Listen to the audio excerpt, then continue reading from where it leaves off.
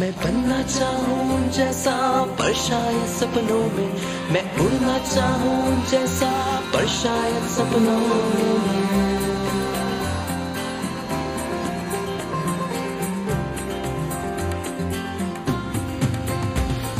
सपनों की है उड़ान, कांटे बन गए फूल समान, रोक न पाए वो मुझको मुट्ठी में मेरी है आसमान। Born to be remembered, born to be remembered। Good morning friends. जरा सोचिए, छुट्टी के दिन आप घर पर आराम से टीवी पर अपनी फेवरेट मूवी देख रहे हो और तभी उसमें हर थोड़ी थोड़ी देर में आपको लोग साबुन, तेल, शैम्पू और कार घर सब कुछ बेचने लगे तो? जी हाँ, मैं बात कर रही हूँ टीवी कमर्शियल्स की। आपको पता है कि पहला टीवी कमर्शियल 20 अप्रैल 1939 को पहली बार बनकर दुनिया के सामने आया था, न्यूयॉर्क वर्ल्ड फेयर में। टीवी के जरिए प्रोडक्ट बेचना सच में उस वक्त कमाल की बात रही होगी। है न्यूयॉर्क में इस पहले कमर्शियल के बाद 1941 से टीवी पर फॉर्मली टीवी कमर्शियल्स को दर्शकों ने अपने टीवी सेट पर देखना शुरू किया, जो सिलसिला आज भी बदस्तूर जारी है। तो अब मैं रेडियो पर टीवी की बात क्यों कर रही थी? वो बात ये है कि कुछ दिनों पहले मैं अपनी फेवरेट फिल्म मुगल-ए-आजम देख रही थी और उसके दमदार डायलॉग्स का मजा ले रही थी। लेकिन हाय रे, ये टीवी कमर्शियल्स पूरी फिल्म का मजा ही किरकिरा कर दिया। मुगल-ए-आजम, जिसे हिंदी सिनेमा का एपिक्स कहा जाता है, जिसमें भव्य सेट, बेहतरीन संगीत और स्टार्स का बेजोड़ अभिनय, इन सब के अलावा जिस चीज ने मुगल-ए-आजम को इतना शानदार बनाया वो थे इसके दमदार डायलॉग। अनारकली कैद कर ली गई और मैं देखता रहा। और तुम कर भी क्या सकते थे? एक अजीमुशान शहंशाह के सामने कोई कर भी क्या सकता है, मगर आज जिल्ले इलाही को अपने जुल्म और मेरे ज़ब्त की एक हद मुकर्रर करनी होगी। अगर तुम्हारी आरज़ू एक कनीज है तो सारी जिंदगी इसी तरह जब्त करना होगा। क्या परवरदिगार आलम से आपने मुझे इसीलिए मांगा था कि जिंदगी मुझे मिले और उसके मालिक आप हों, सांसें मेरी हों और दिल की धड़कनों पर आपका कब्जा रहे? जिल्ले इलाही, क्या मेरी जिंदगी आपकी दुआओं का कर्जा है? अनारकली तुम्हारे काबिल नहीं। यूं नहीं, एक लाडले बेटे के बाप बनकर मुझे अपने कलेजे से लगा लीजिए और उन्हीं प्यार भरी नजरों से देखिए जिनसे पहली बार आपने मुझे देखा था। मुझे हिंदुस्तान का शहजादा नहीं, अपना बेटा समझिए और फिर कहिए कि अनारकली मेरे काबिल नहीं। हम एक लाडले बेटे के शफीक बाप जरूर हैं, मगर हम शहंशाह के फर्ज को नजरअंदाज नहीं कर सकते।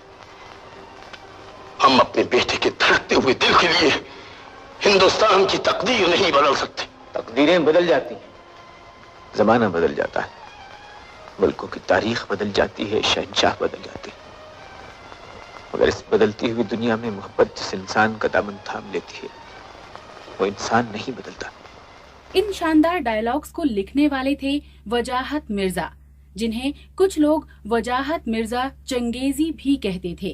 वजाहत का जन्म 20 अप्रैल 1908 को लखनऊ से 90 किलोमीटर दूर एक छोटे से शहर सीतापुर में हुआ। अपनी कॉलेज की पढ़ाई के दौरान ही वो कोलकाता चले गए और फिर बॉम्बे, जहां उन्होंने बतौर डायलॉग और स्क्रीन प्ले राइटर काम शुरू किया और उनकी पहली फिल्म थी के.एल. सहगल स्टारर यहूदी की लड़की। वजाहत ने अपनी कलम से कई बेहतरीन फिल्मों को सजाया। गंगा जमुना, मुगल-ए-आजम, एक ही रास्ता, औरत, लीडर जैसी लाजवाब फिल्में। हिंदुस्तान की जिस फिल्म को ऑस्कर में नॉमिनेशन मिला वो वजाहत जी की कलम से ही निकली थी और वो फिल्म थी मदर इंडिया। कलम के इस जादूगर को 2 बार फिल्म फेयर से भी नवाजा गया, गंगा जमुना और मुगल-ए-आजम के लिए। 1986 में अपनी आखिरी फिल्म लव एंड गॉड लिखने के बाद उन्होंने फिल्मों से संन्यास ले लिया और 1990 में कराची, पाकिस्तान में कलम का ये जादूगर हमेशा के लिए मौत के आगोश में चला गया और पीछे छोड़ गया अपनी सोच से निकले बेहतरीन डायलॉग्स, जो आज भी हमारे लिए जिंदा हैं।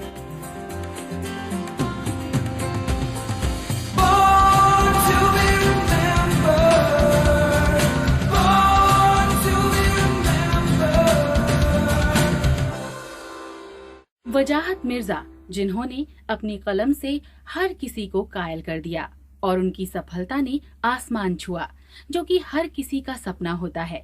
पर इस दुनिया में कुछ ऐसे भी लोग हैं जिन्होंने आसमान सिर्फ छुआ ही नहीं बल्कि उसी में अपनी जिंदगी ही बना ली। ऐसे ही एक शख्स हैं फेलिक्स बाumgartner, जिनका जन्म 20 अप्रैल को ऑस्ट्रिया में साल्जबर्ग में हुआ। फेलिक्स ने बचपन से ही आसमान में पंछी की तरह उड़ने का ख्वाब अपने आंखों में सजा लिया था। फेलिक्स बाumgartner एक ऐसे स्काई डाइवर जिन्हें आसमान में कलाबाजी करने में महारत हासिल है। यूं तो फेलिक्स ने अपना करियर आर्मी से शुरू किया, लेकिन इनका एडवेंचर से प्यार इनको स्काई डाइविंग की तरफ खींच लाया। फेलिक्स बाumgartner एक ऐसे स्काई डाइवर हैं जिन्होंने स्काई डाइविंग को सिर्फ एडवेंचर ही नहीं समझा बल्कि उसे एडवेंचर से आगे लेकर गए और कुछ ऐसे स्टंट किए जो पहले शायद किसी ने सोचे भी नहीं होंगे। वो पहले ऐसे शख्स हैं जिसने साउंड बैरियर को ब्रेक करते हुए 39 किलोमीटर की ऊंचाई से स्काई डाइविंग की। ऐसा करने वाले फेलिक्स दुनिया के पहले इंसान हैं। ऐसी ही कई हैरत अंगेज कलाबाजियां करने वाले इस डेयरडेविल ने 14 अक्टूबर 2012 को एक ऐसा स्टंट किया जिसके बारे में सोचना भी किसी के लिए असंभव, अविश्वसनीय था। किसी इंसान के लिए हाईएस्ट ऑल्टीट्यूड से जंप करना अपने आप में एक मिरेकल था, लेकिन ऐसे ही असंभव और अविश्वसनीय मिरेकल्स का दूसरा नाम है फेलिक्स बाumgartner। फेलिक्स एक हीलियम बलून से वायुमंडल में गए और वहां से जंप की, जिसने दुनिया भर को हैरत में डाल दिया। फेलिक्स ऐसा करने वाले इतिहास के पहले इंसान बन गए।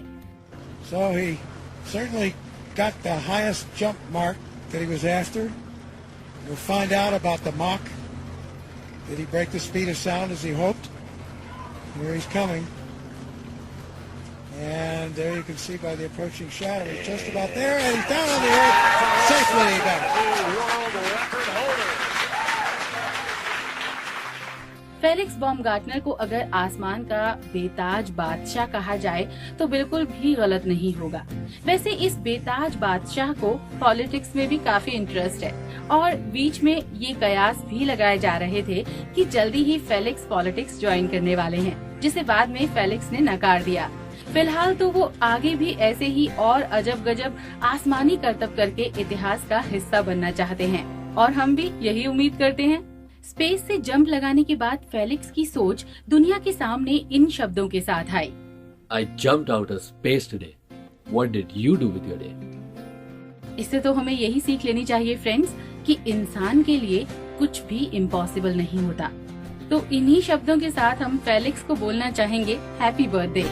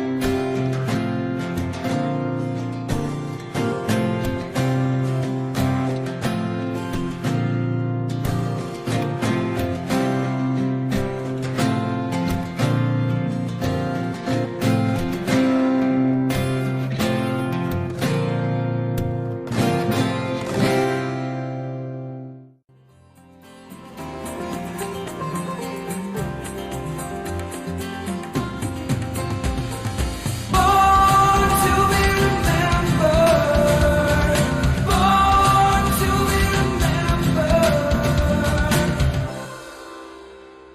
फ्रेंड्स, आसमान के डेयरडेविल फेलिक्स से अब आपको लिए चलते हैं हिंदी सिनेमा की रंगीन दुनिया में।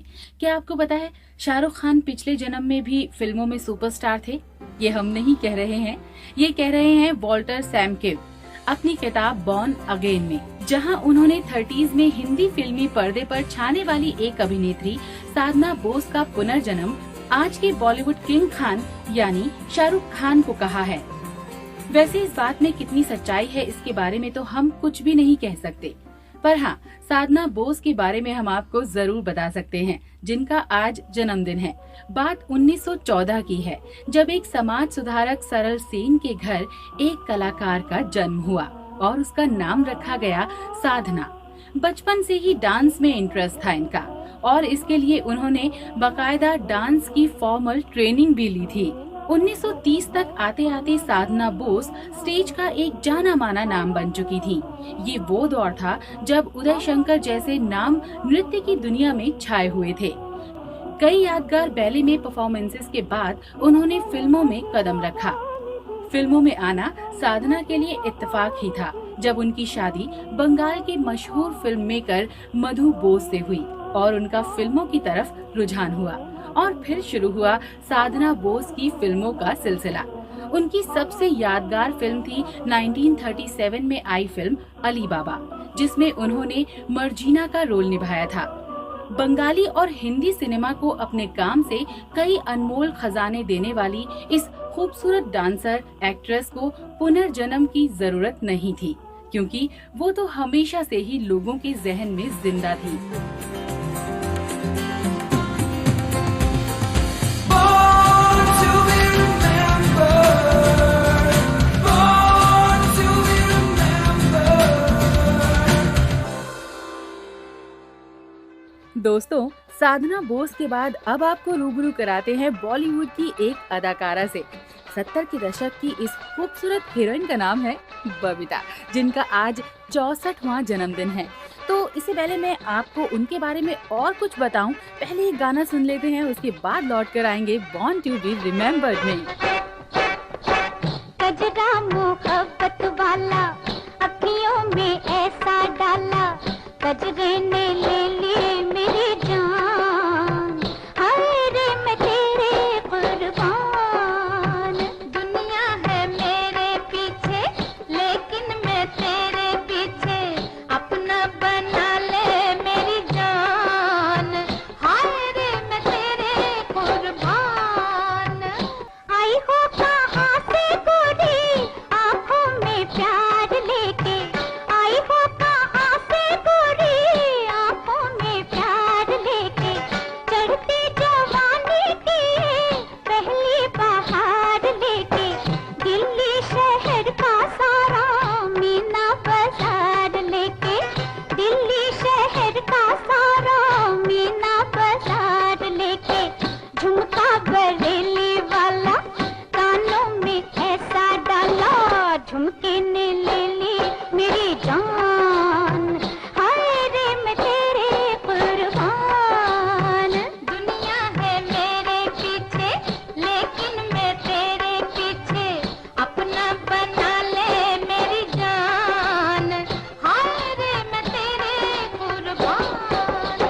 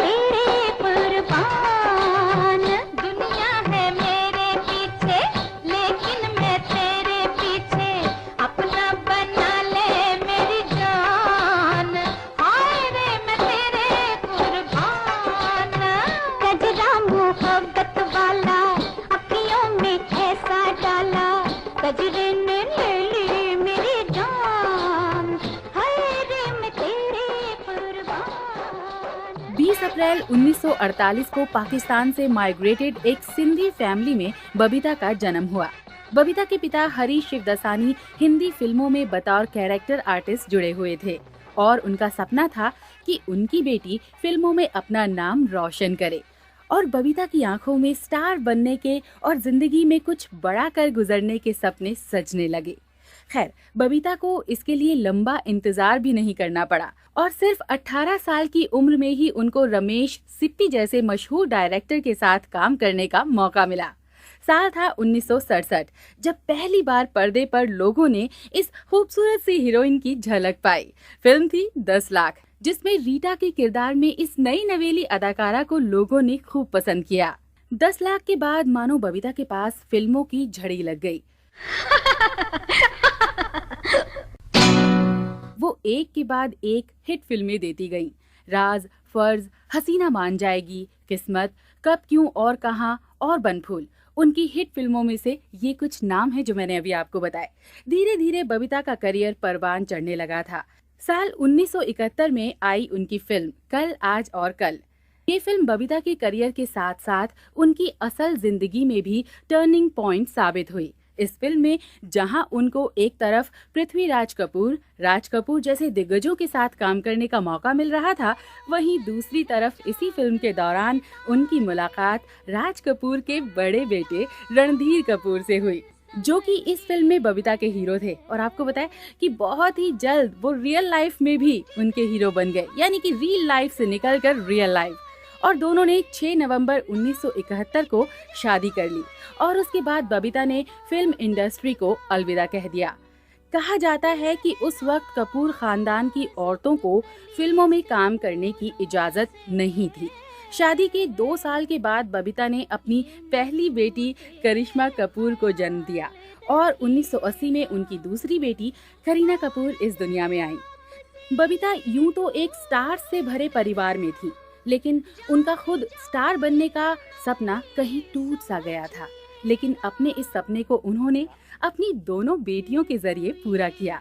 करिश्मा और करीना दोनों जब बॉलीवुड की सुपरस्टार्स की लिस्ट में शामिल हो गईं, तो उनको लगा मानो उनका स्टार बनने का सपना पूरा हो गया हो।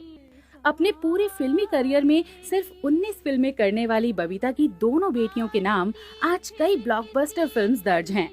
तो चलिए इस खूबसूरत सी अदाकारा बबीता को बर्थडे विश करते हैं और आपको सुनाते हैं उनका ये यादगार गाना।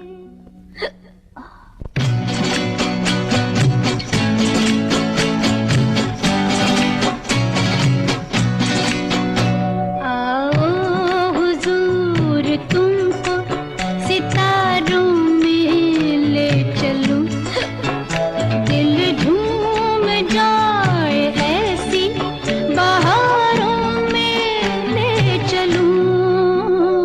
आओ हुजूर तुमको सितारों में ले चलूं, दिल झूम जाए ऐसी बहारों में ले चलूं।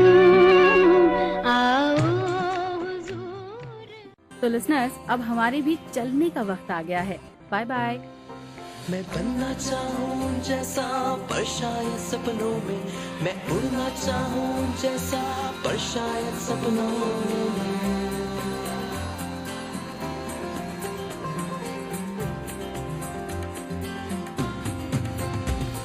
सपनों की है उड़ान, कांटे बन गए फूल समान, रोक न पाए वो मुझको मुट्ठी में मेरी है आसमां।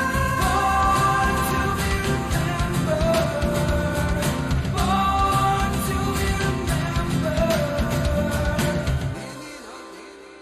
इस कार्यक्रम के कार्यकारी निर्माता जैनेंद्र सिंह,